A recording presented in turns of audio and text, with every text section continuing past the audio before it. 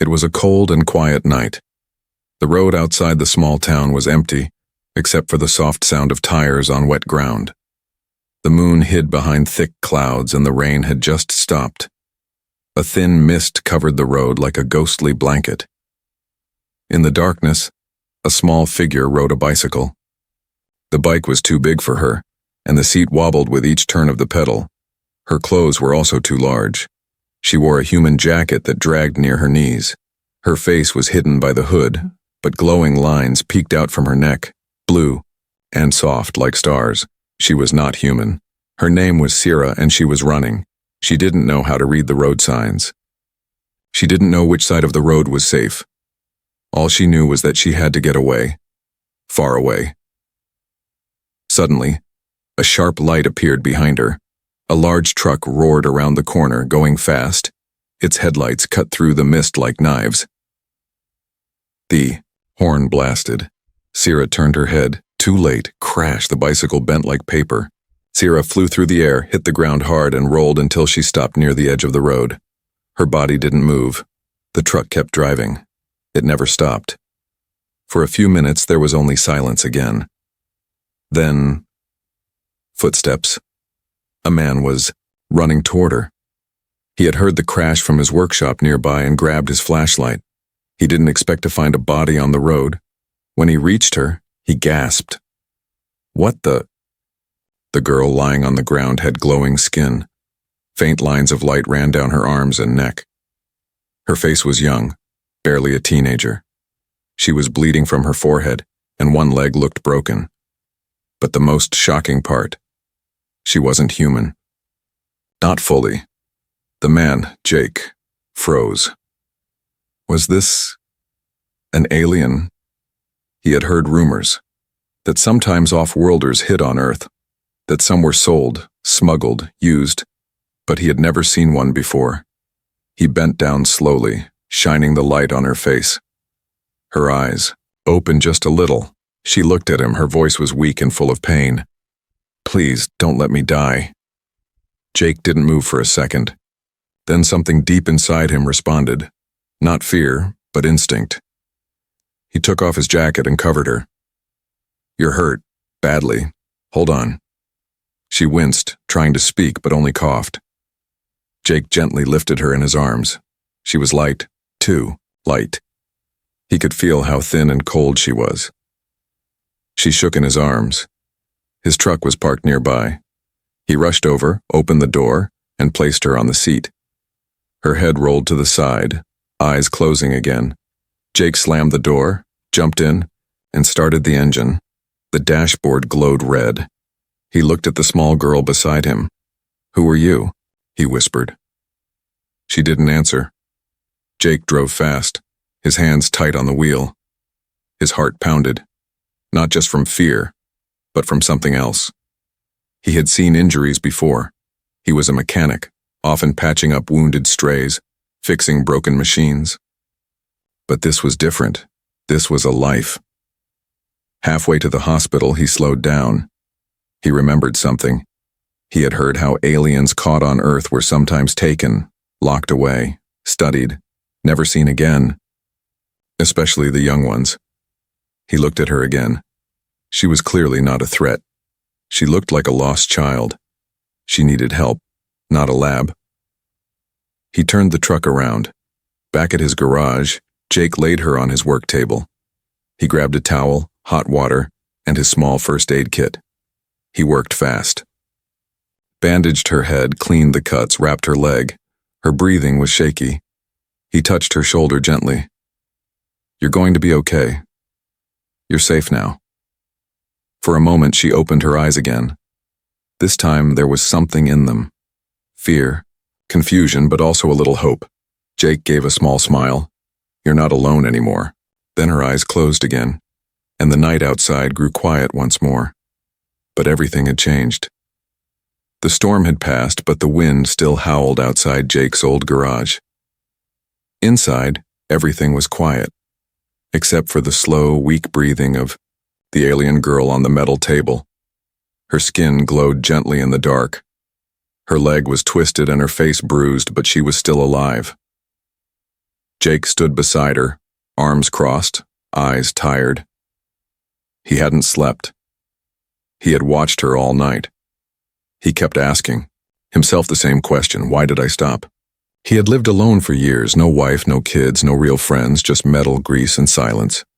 People in town called him the quiet guy with the broken hands. But he wasn't broken, just tired of people who didn't care.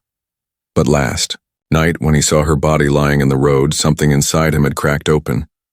Maybe it was the way her small hand was stretched out, or maybe it was her voice whispering, "Don't let me die." Jake had seen suffering before. Stray dogs, hurt workers, broken machines. But this was different. She was not just wounded. She had been abandoned. Morning light crept through the garage windows. Jake walked to the sink and washed his face. Then he made a pot of tea. As the steam rose, he looked back at the girl. Suddenly she moved. Her eyes fluttered open, glowing faint blue. Jake walked over. "Hey, you're safe. You're okay." The girl blinked. Her voice was dry. "Where am I?" "My place. You got hit by a truck." "I brought you here," he said softly. "You were almost dead." She tried to sit up but cried out in pain. "Easy. Your legs hurt bad." I patched it the best I could," Jake said, rubbing the back of his neck. "I'm not a doctor, just a mechanic." The girl looked around the garage. Her eyes landed on the tools, the wires, the shelves of old parts. "You fixed me?" she asked, surprised. Jake smiled a little. "Kind of. Used duct tape, old cloth, and med gel from my first aid box. Like I said, I fix broken things." The girl stared at him, confused and cautious. "You're human?"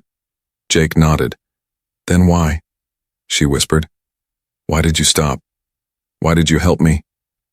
Jake didn't answer at first. He sat down on a stool and looked at her. "I don't know," he said quietly. "Maybe because no one else did." The girl said nothing. Her eyes were wet, but she didn't let tears fall. After a moment, she spoke again. "My name is Sierra."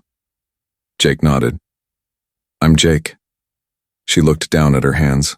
They were shaking. "I wasn't supposed to be here." She said they were moving us in boxes. We were called market stock. I escaped, found a bicycle. Then I didn't see the truck. Jake clenched his fists. He had heard about this. Illegal alien trafficking, hidden even from Earth law. They brought young aliens from broken planets and sold them like toys, pets, or worse, and no one cared. Jake stood and went to a shelf. He pulled out a small blanket and wrapped it around Sierra. "You don't have to run anymore," he said. "You'll stay here until you're better. No one's going to take you." Sierra looked at him unsure. "No trackers on me?" she asked. Jake raised his brow. "Trackers?" She nodded slowly. "They put tiny chips in us, in the neck. I think mine is still there." Jake's eyes narrowed. "We'll check. If it's there, I'll take it out." Sierra flinched. "You'll cut me?" He held up both hands. "Only if you say yes." For a second, the silence between them grew heavy. Then Sierra nodded. "Okay." Jake pulled his toolbox closer and took out a scanning wand. He had used it before to check for metal fragments in machines. He passed it over Sierra's neck. Beep. There it was. He grabbed a small cutter, gloves, and antiseptic spray. "This will sting," he said. Sierra closed her eyes and bit down on her own finger. Jake worked fast and carefully. A tiny silver chip popped out, slick with blue blood. He held it up. "Got it." He dropped it into a small steel bowl and crushed it with a hammer. Sierra breathed heavily, her hands trembling. But she was smiling. For the first time since the accident, she smiled. "You're different," she whispered. Jake blinked. "Me?" "Yes, humans I met before. They laughed or screamed or hit." Jake sighed. "I'm just a man who saw someone hurting." The sky outside was turning orange. Sierra leaned back, her pain still there, but her heart a little lighter. Jake picked up the crushed chip and threw it into the trash. From now on, she wasn't tracked. She wasn't stock, she wasn't alone, and neither was he. The night passed slowly. Sierra slept on the old couch wrapped in Jake's largest blanket. She barely moved except when pain made her flinch in her sleep. Her small face looked calm now, but every few minutes her hands twitched, as if reaching for something in a nightmare. Jake didn't sleep. He sat nearby on a metal chair, watching the fire in the small wood heater flicker and die. Outside, rain tapped the windows like quiet fingers. The old garage was never meant to hold people. It smelled of oil, rust, and worn-out machines. But tonight, it felt different. Tonight, it held a life. By morning, Jake brewed tea again. He poured 2 mugs and walked over. He gently placed one next to Sierra. Her eyes opened slowly and she stared at the steam rising. "Smells weird," she muttered. Jake gave a small laugh. "It's cheap earth tea, no fancy taste." She sniffed it again. "Smells like hot grass." Jake shrugged. "You're not wrong." Sierra slowly sat up, wincing from her injured leg. Her eyes wandered across the room. Metal shelves, blinking lights, hanging tools. Everything looked old but cared for. "This is where you live?" she asked. Jake nodded. "Half garage, half home. I fix machines. Mostly tractors and broken delivery bots. Sometimes even alien junk." Sierra raised an eyebrow. "You fix alien tech?" Jake smiled. "I try. Not always pretty, but it works." She looked down at her hands. "So I'm just another broken thing you fixed?" Jake paused. "No, you're not a thing. You're someone who didn't deserve what happened." Sierra didn't answer. She sipped the tea and made a face. "Still weird." Jake laughed softly. "Told you." She looked at him closely now. His face was tired but kind. His hair was messy, with a few gray strands at the sides. His hands were big, rough, and full of tiny scars. Workers' hands. "You could have left me there," she said. "Yeah," Jake replied, staring into his mug. "I could have." "Why didn't you?" He took a deep breath. "Because too many people already did." For a long time, neither spoke. Then Sierra whispered, "They kept us in cages, dark ones. No names, just numbers. I was 7A, the youngest." Jake looked at her, his eyes darkening. "I escaped by hiding in a trash loader. They didn't check. I waited until the ship landed and I ran. Stole a bike. Didn't know how to ride it well, but I thought maybe I'd find help." Jake felt a knot tighten in his chest.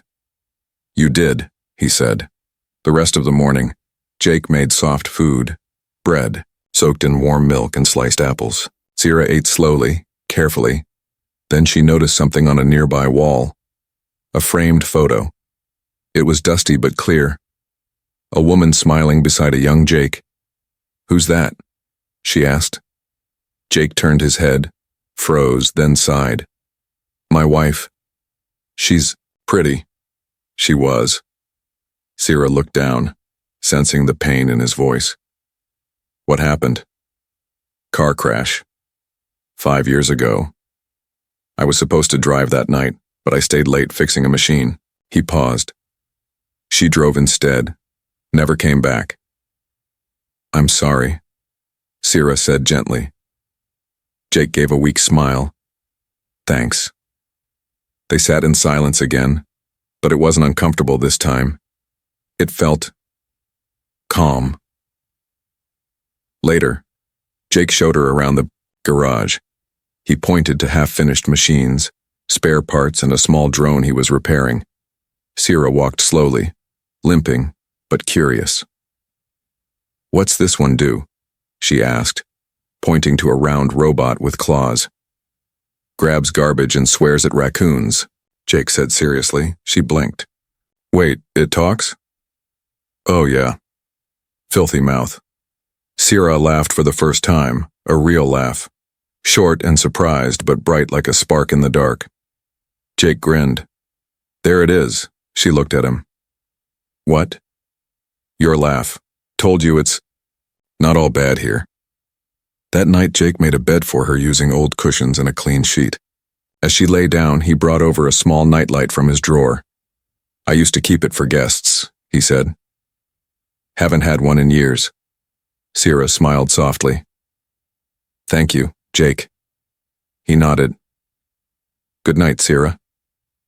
Before turning off the lamp, she said, I've never had a room to myself. Jake stopped at the door. Well, this one's yours now. In the stillness of the garage, surrounded by broken machines and fading memories, two souls, one human, one alien, began to build something new. Not just safety, not just survival, but maybe something like a home. 3 days passed. The garage no longer felt like a hiding place. It felt like a strange, quiet world made just for two people, one human, one alien, both carrying wounds that didn't always bleed. Sierra had started walking with the help of a wooden stick Jake carved from a broken broom. She moved slowly, but every day she grew stronger. She learned how to warm tea, how to reset old circuits, and even how to polish tool handles. Jake watched her from a distance. He didn't say much, but he noticed everything. And one morning, he noticed something wrong. Sierra was staring at the wall, not just looking, but frozen. Her hand trembled and her lips moved slightly like she was whispering to herself. Sierra? Jake asked. She blinked and shook her head. It's nothing.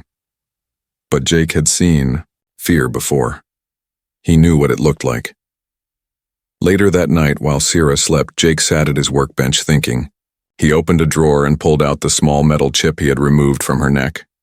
It was crushed, but not completely. He turned it over with a screwdriver, and then it blinked. Just once. Jake's heart dropped. The chip wasn't dead. The next morning, Jake made breakfast, but he couldn't stop glancing at the trees outside. Did you ever see anyone following you? He asked Sierra, trying to sound casual. Sierra looked down. No, but I always feel like someone is watching. Jake nodded slowly. I think they are. Sierra stiffened. Her hands clenched the mug. You saw something? I found out your tracker wasn't fully broken. It blinked. Sierra stood up too fast and winced in pain. They know where I am? Maybe, Jake said. Maybe not yet. But if it blinked once, it could send a ping, and someone could trace it. Sierra's face turned pale. They'll come for me, she whispered. They always do. Jake put his mug down and walked over to her. Listen to me. I won't let them take you. You're not a number anymore. You're not 7A. You're Sierra. But they don't care, she cried. To them, I'm still a price tag. Something to sell. Jake looked into her eyes. Not while you're in my house. That night, Sierra sat near the fire, wrapped in her blanket, holding a metal wrench in her hands like a weapon. Jake was outside checking his security cameras. They were old, but they worked. He placed 2 motion sensors near the back fence and locked the gate tighter than usual. He came back inside and found Sierra sitting upright. Can I tell you something? She asked quietly. Jake nodded. There's something inside me. I don't know what it is, but they said I was special, worth more than the others. They took blood, ran tests, and once I heard them say I was a carrier. Jake's eyebrows raised. Carrier of what? Sierra shook her head. They never told me.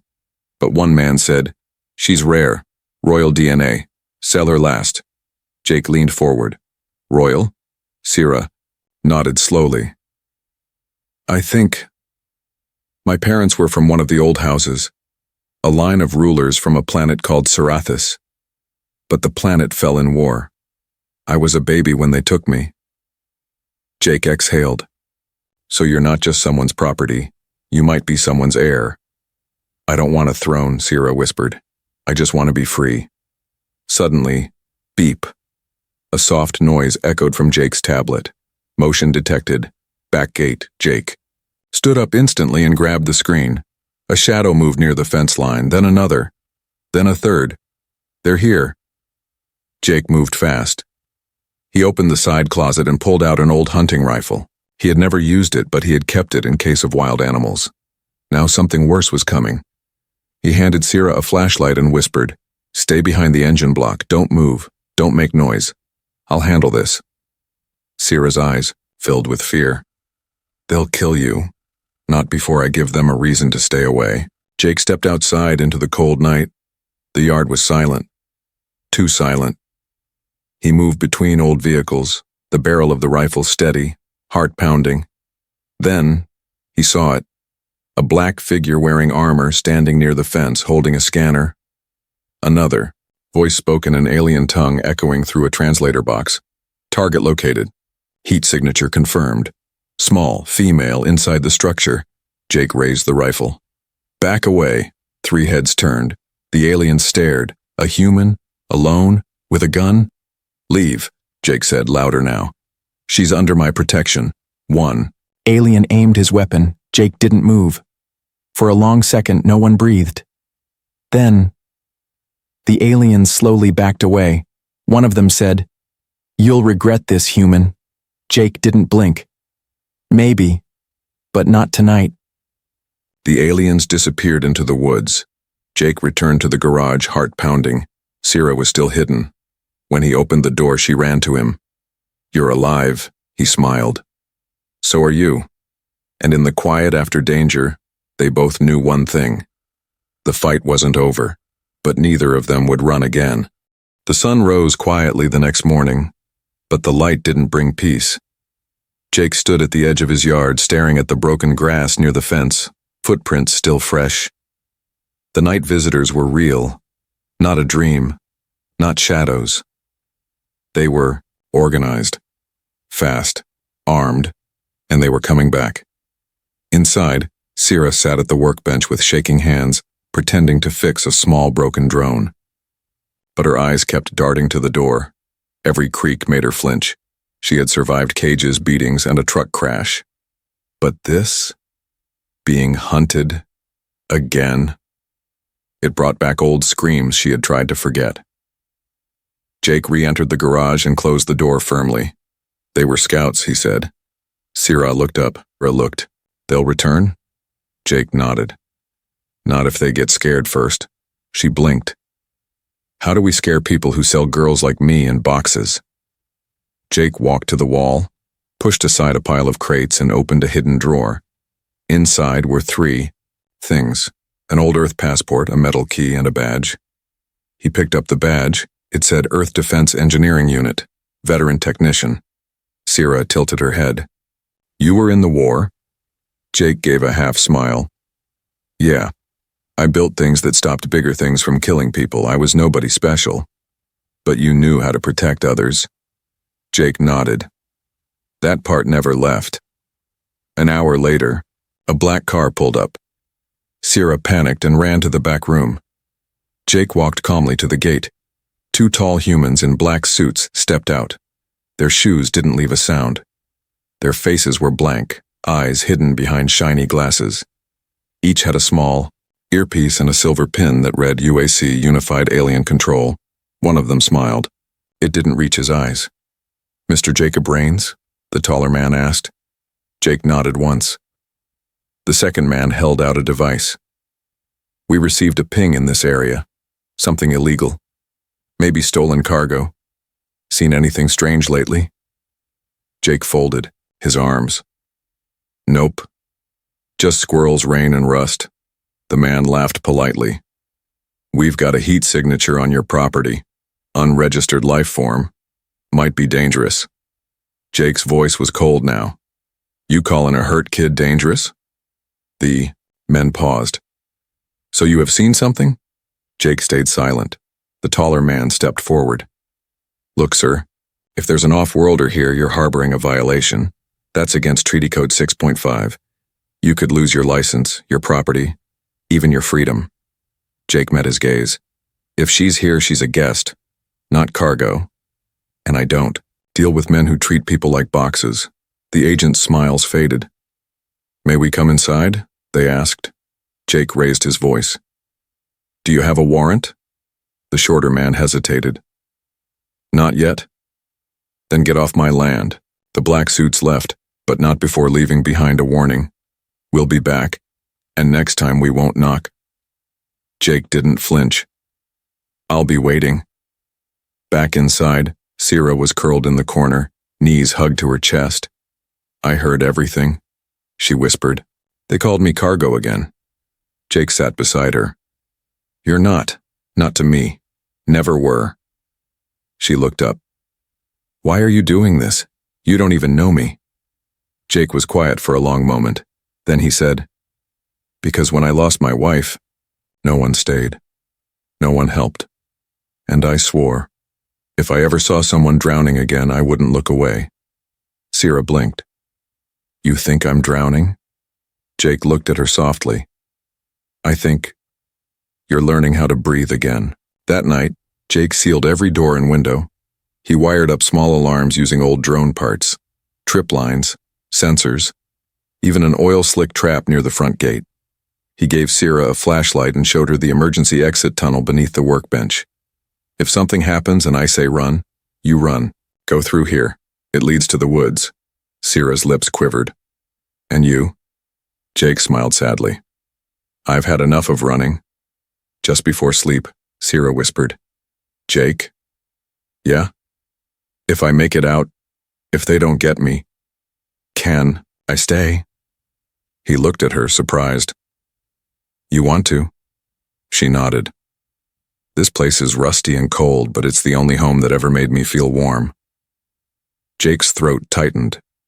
You can stay, he said, as long as you want. And, somewhere in the dark, two broken hearts beat a little stronger. Because when no one else stands beside you, sometimes one human is enough.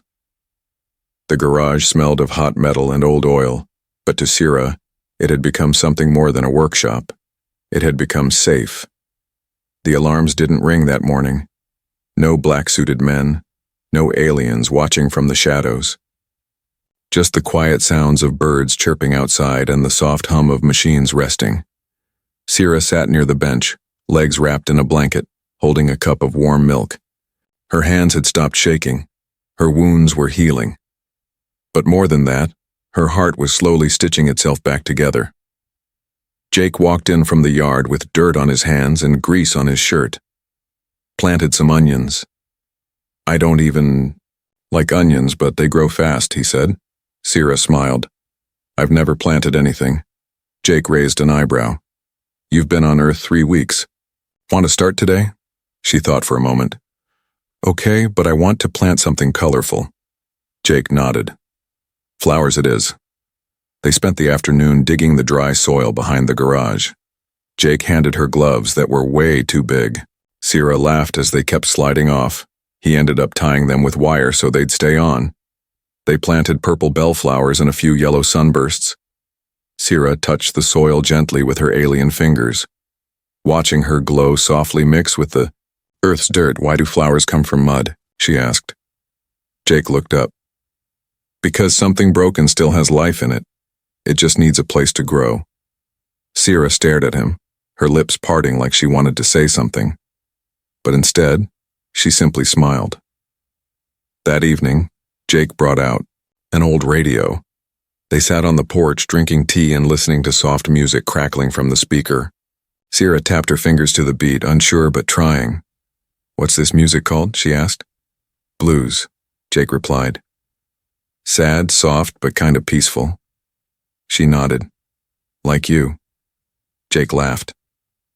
I've been called worse. For the first time since she'd arrived, Sierra stopped asking when someone would come. She stopped watching the door. Instead, she started looking at the stars.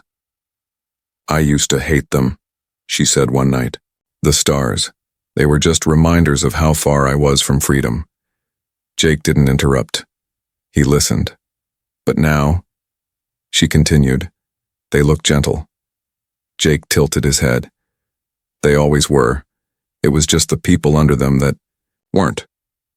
In the days that followed, Sierra helped Jake in the garage. She wasn't strong, but she was clever. She figured out how to patch wiring faster than him. She even fixed one of his old drones that hadn't flown in years. He gave it To her, she named it Whirly. Whirly followed her everywhere, blinking and buzzing like a loyal puppy. One afternoon, Whirly hovered over Jake's shoulder and beeped loudly. Sierra giggled. He says you installed his propeller wrong. Jake pretended to be offended. That ungrateful piece of junk. Sierra leaned over and whispered to the drone. He's joking, probably.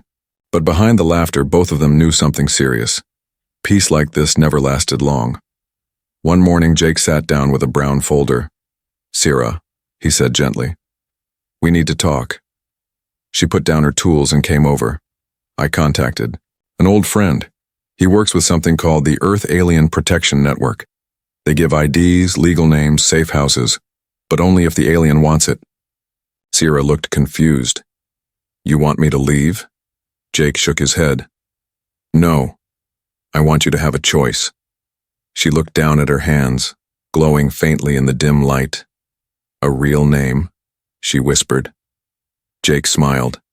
You already have one, but this time, the world will know it too. Sierra wiped a tear with the back of her hand.